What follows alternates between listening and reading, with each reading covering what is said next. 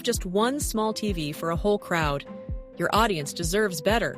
With a video wall controller, you can distribute ultra-high-def content to up to 4 displays for a dynamic video wall.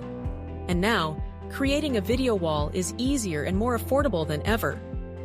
Eaton's new Tripp Lite series video wall controllers distribute 4K video from up to 4 source devices to as many as 4 HDMI displays in different configurations. This new solution includes 2 models. The 1x4 unit captures, routes, and distributes content from one HDMI source or one USB-C source. It features 8 splicing modes that support horizontal or vertical display formats. Control your displayed content with front panel buttons or the included IR remote. The 4x4 unit displays content from as many as 4 HDMI sources. It can create video walls, plus it functions as a matrix switch to show different content on each of up to 4 displays.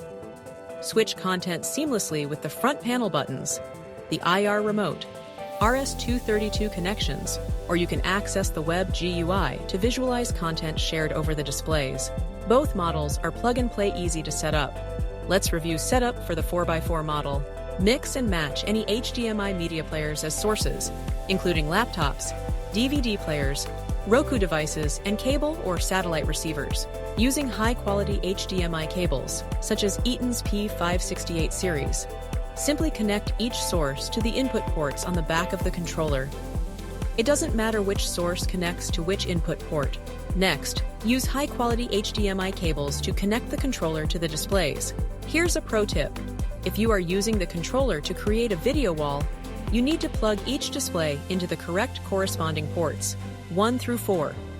We recommend labeling your cables so you can easily plug monitor 1 into output 1, and so on. Plug in the power supply. If all components are turned on, the controller will begin an automatic self-test to check the input and output resolutions. This only takes a few seconds, and then your content should be shown on each of the displays. If you want to use the remote but keep the controller in a media cabinet, simply plug the infrared extender into the back of the unit. You can then locate the extender anywhere that's visible, so you can use the remote. You can also control the matrix with a web GUI by connecting the unit to your network. This gives you complete control from the convenience of your computer. And that's it. Each of these models is a very easy solution to set up and use.